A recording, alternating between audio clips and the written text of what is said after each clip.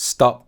Meghan wicked intention on power play with royals unmasked, tearing Harry last hope into pieces.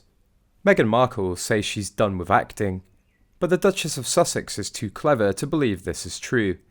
She may never grace our small screens again in an episode of Suits, but then she has no need to. For Meghan, all the world's a stage, and all the men and women merely ensemble players. The most recent platform to give her a starring role is Variety magazine, on whose cover she features wearing a sleeveless black Giorgio Armani top, her shoulders looking preternaturally narrow in a manner that serves to emphasise her head. Much has been made of the five-figure wardrobe the Duchess is wearing in Variety's accompanying fashion shoot, which includes a £4,657 dress by the Taiwan-born New York-based designer Jason Wu, a favourite of Michelle Obama, a $2,990 Carolina Herrera dress, and a $1,560 green silk halter-neck gown by London-based label Galvan. If the shoot is an attempt to appear like the girl next door, Meghan may be underestimating the cynicism of the British public.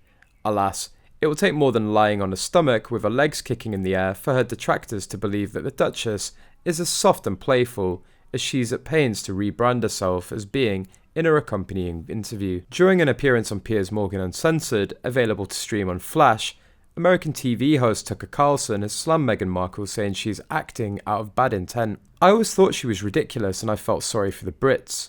From my perspective as an American, I look at Meghan Markle and I'm like, this is a bad idea. Why? How did you fall for that? This chick is from LA. She's a failed actress. She's clearly acting out of bad intent. She wants to destroy things she didn't build. I thought she was a ridiculous narcissist. The first words I heard emerging from her mouth, it never occurred to me to take her seriously. In addition, the host Alison Langdon started a news segment saying, "The thing that caught my attention is she's ruled out a return to Hollywood except for one circumstance where she considered returning. That's an advisory role to help guide an actress who might one day play her in a TV show or movie." Her co-host Carl Stefanovic said, "Exactly. We've been hearing from our funny viewers. You at home?" Jeanette Clark said on Facebook, "So glad she's going to help the person who plays her.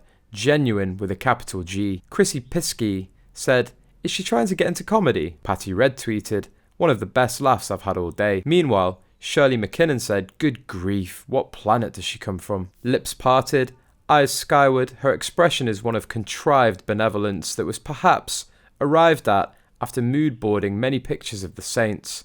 A direct-to-camera gaze would have looked too fierce and pointed. Instead, Meghan's gaze is the quintessence of soft power.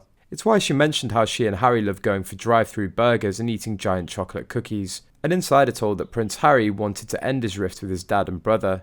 However, Prince Harry and his wife Meghan Markle are reported not on the same page about the issue. When they were in the UK, he reportedly wanted to stay longer but agreed to immediately fly back to California after the Queen's funeral because he didn't want to argue with the former Suits star. Harry didn't want to argue with Meghan, and she'd had enough of what she calls the bad vibes. But ideally, he would have liked to fly the kids over and extend their stay, so he could spend more time with his father and try to mend things with William.